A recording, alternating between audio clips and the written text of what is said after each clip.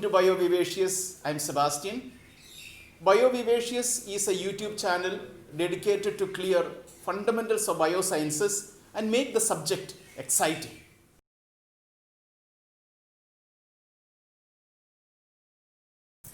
Today, let us deal with another fundamental concept in statistics, that is mode.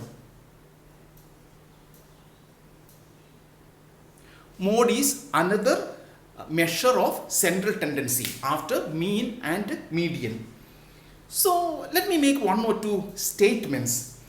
The statements like, the average height of an Indian male is about 5 feet and 10 inches.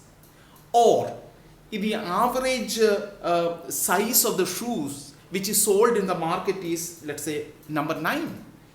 Or the average expenditure of any student in a hostel is, let's say, about 3,000 rupees per month.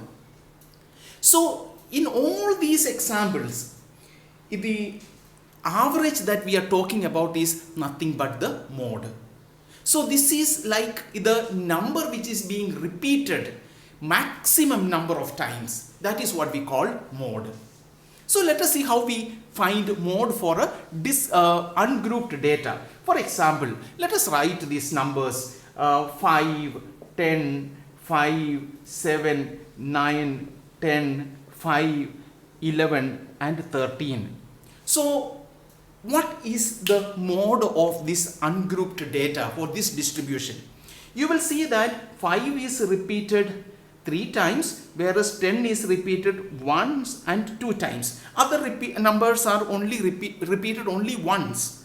So therefore, we can say that mode of this distribution is 5, because 5 is repeated maximum number of times.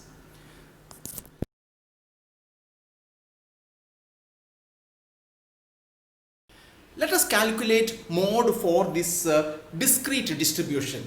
An example is given here on the board. So xi values and corresponding fi values are also given. What is mode of this distribution? So you need to find which is the highest frequency. You will see that the highest frequency is 25. So in the value corresponding to the maximum frequency,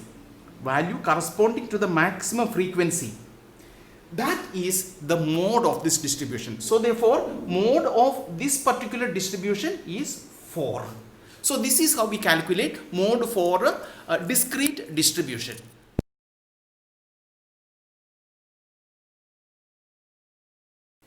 Now let us calculate mode of a continuous distribution. So that is the last part of this section.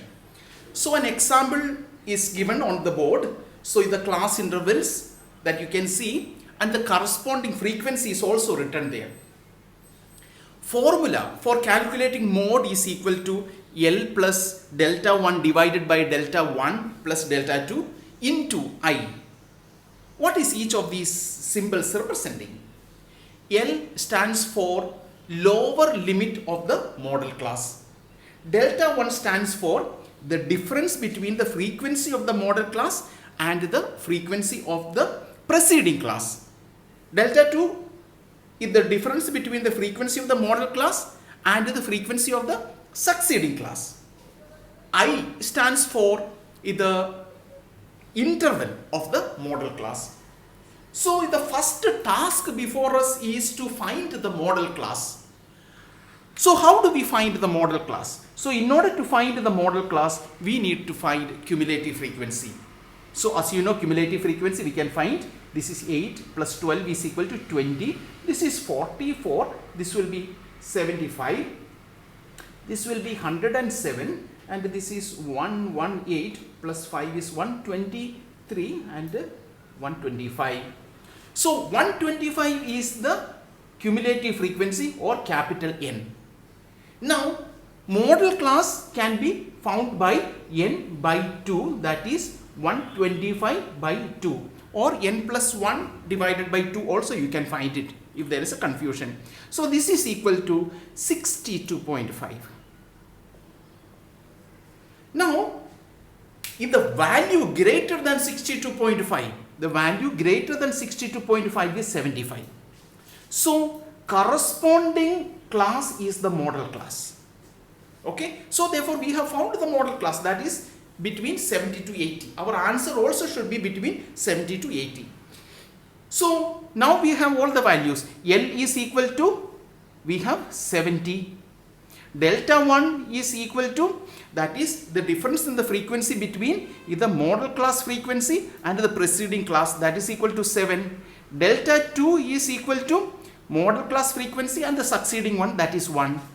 Now it is a matter of just applying this or replacing these values in the formula. So therefore 70 plus delta 1 is 7 divided by 7 plus 1 is 7 plus 1, let me write that way, into I is equal to, the difference is 10. So that is into 10. So this is equal to 70 plus 7 divided by 8, that is equal to 70 plus that will be equal to 8.75, which gives you an ultimate value of 78.75. This is going to be the mode of the distribution. So it's very easy to find that way. And also let us understand, mode is normally calculated for, especially it has a lot of applications in business forecasting. So in manufacturing industry, in ready-made manufacturing, we have seen in the case of shoes, how the mode will help in coming to a conclusion which size should be manufactured. So it has got several applications. So this is another measure of central tendency. I hope that you have enjoyed this session on measures of central tendency. We will come up with the more interesting and exciting topics in statistics in the coming videos.